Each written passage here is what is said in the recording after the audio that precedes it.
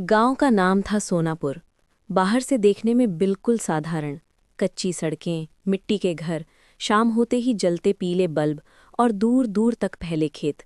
लेकिन इस गांव में एक ऐसा रास्ता था जिसके बारे में शाम के बाद कोई बात नहीं करता था।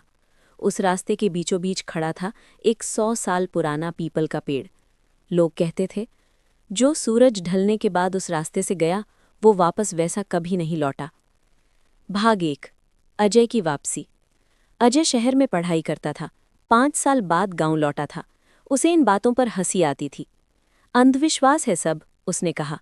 पेड़ है, रास्ता है, भूत कहाँ से आएगा?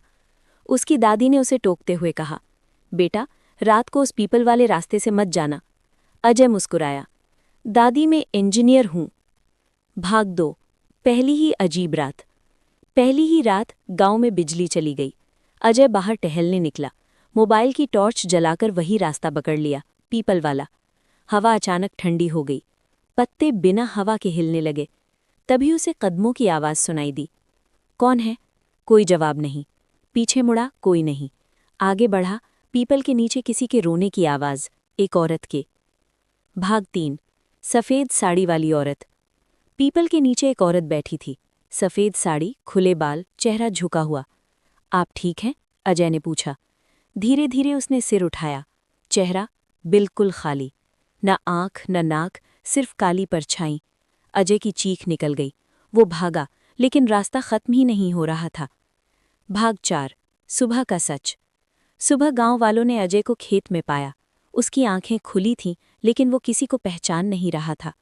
दादी रो पड़ी। गांव के बुजुर्ग ने कहा, उसे वो दिख गई, पीपल वाली। भाग 5। पीपल की कहानी। सालों पहले उसी पेड़ पर एक औरत को जिंदा जला दिया गया था। उसका कसूर? उसने सच बोल दिया था। मरते समय उसने कहा था, जो भी इस रास्ते से जाएगा मैं उसकी आत्मा अपने साथ ले जाऊंगी। भाग 6। दूसरी रात। अजय अचानक उठ बैठा। उसकी आवाज़ बदली हुई थी। मुझे रास्ता दिखाओ। उसकी आंखें अब पूरी काली थीं। वो पीपल की ओर चल पड़ा। भाग 7। पूरा गांव जाग उठा। लोग लाठियां लेकर दौड़े। पीपल के नीचे पहुंचे। अजय पेड़ से बात कर रहा था। मैं आ गया, अब छोड़ दो।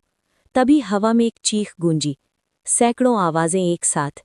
पीपल की जड़ें हिलने लगी। पेड़ से खून टपकने लगा। भाग 8। आखिरी बलि। पेड़ से एक साया निकला। वही सफ़ेद साड़ी वाली औरत। उसने अजय को पकड़ लिया। एक और। जमीन फटने जैसी आवाज आई और दोनों गायब। भाग 9। उसके बाद अजय कभी नहीं मिला। पीपल आज भी वही है, लेकिन अब उस पर एक नया निशान है, मानो किसी ने अंदर से नाखूनों से खरोंच दिया हो।